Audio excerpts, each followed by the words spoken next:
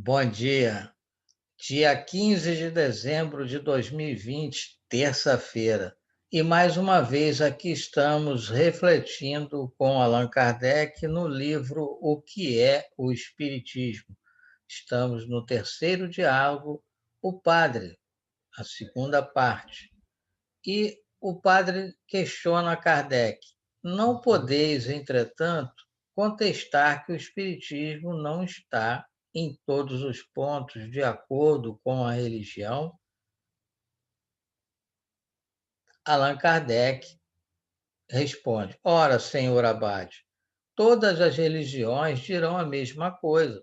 Os protestantes, os judeus, os muçulmanos, tanto quanto os católicos.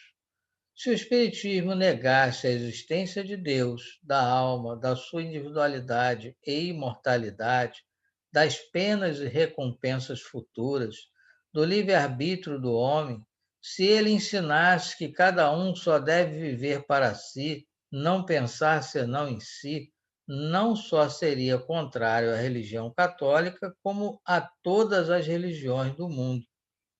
Ele seria ainda a negação de todas as leis morais, base das sociedades humanas. Longe disso, os espíritos proclamam um Deus único, soberanamente justo e bom. Eles dizem que o homem é livre e responsável por seus atos, recompensado ou punido pelo bem ou pelo mal que houver feito. Colocam acima de todas as virtudes a caridade evangélica e a seguinte regra sublime ensinada pelo Cristo: fazer aos outros que queremos que nos seja feito. O Espiritismo é, antes de tudo, uma ciência. Não cogita de questões dogmáticas. Esta ciência tem consequências morais, como todas as ciências filosóficas. O Espiritismo funda-se na existência de um mundo invisível, formado pelos seres incorpóreos que povoam o espaço e que não são mais que as almas daqueles que viveram na Terra ou em outros globos, nos quais deixaram seus invólucros materiais.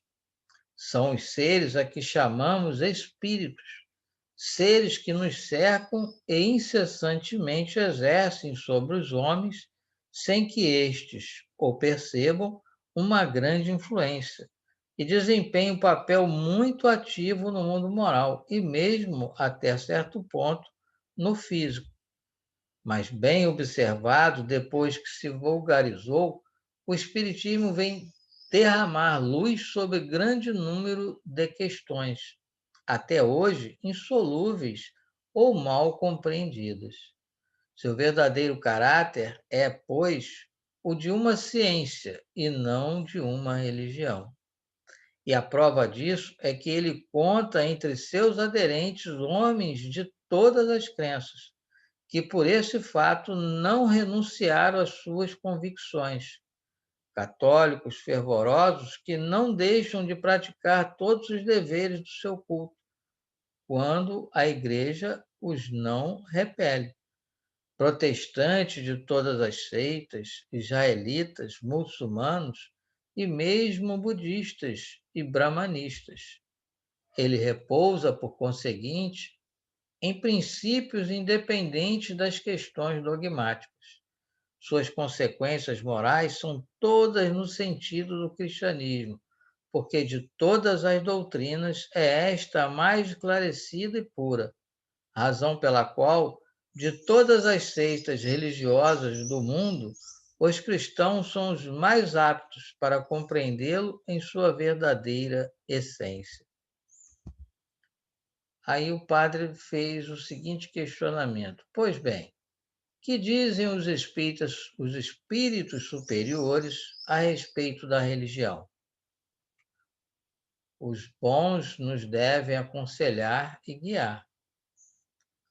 Suponhamos que eu não tenha religião alguma e queira escolher uma.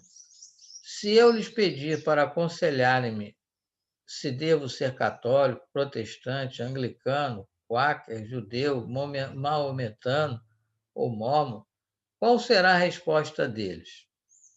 Aí Allan Kardec responde: há dois pontos a considerar nas religiões: os princípios gerais comuns a todas e os princípios particulares de cada uma delas.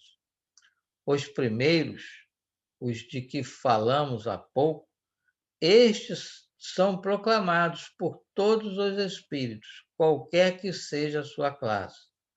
Quanto aos segundos, os espíritos vulgares, sem ser maus, podem ter preferências, opiniões, podem preconizar esta ou aquela forma de animar certas práticas, seja por convicção pessoal, seja porque conservaram as ideias da vida terrena, seja por prudência, para não assustar as consciências timoratas.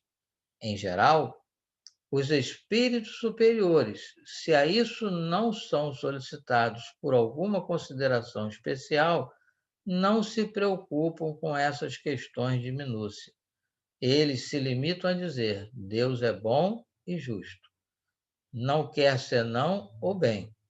A melhor de todas as religiões é aquela que só ensina o que é conforme a bondade e justiça de Deus, que dá de Deus o maior e a mais sublime ideia, e não o rebaixa, emprestando-lhe as fraquezas e as paixões da humanidade, que torna os homens bons e virtuosos, e lhes ensina a amarem-se todos como irmãos, que condena todo mal feito ao próximo, que não autoriza a justiça sob qualquer forma ou pretexto que seja, que nada prescreve de contrário às leis imutáveis da natureza, porque Deus não se pode contradizer.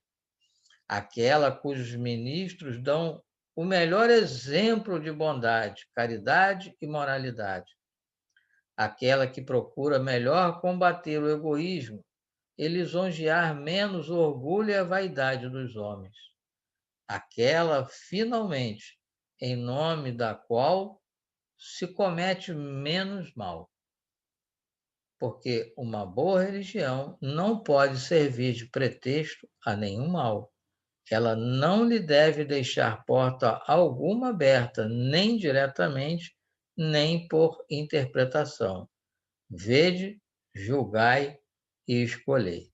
E assim Kardec nos esclarece como os espíritos veem a religião. E nós, nesse momento, vamos agradecer a Deus por mais esta oportunidade e pedir, Senhor, o amparo para toda a humanidade. Rogar por aqueles que estão em dores, Senhor, seja em qualquer parte do universo, que essas dores possam ser aliviadas e que eles possam sentir a presença de seus mensageiros.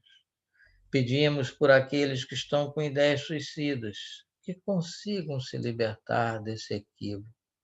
Pedimos por aqueles que se suicidaram, que possam estar achando nesse momento que não tem mais jeito. Tem jeito sim, meus irmãos, porque Deus é nosso Pai e é todo amor, todo poder e toda bondade. Então peçam ajuda e a ajuda chegará, com toda certeza. Que Deus nos abençoe a todos. Graças a Deus.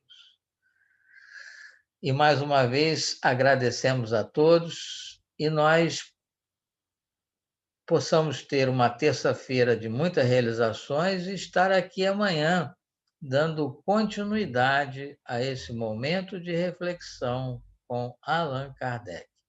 Bom dia.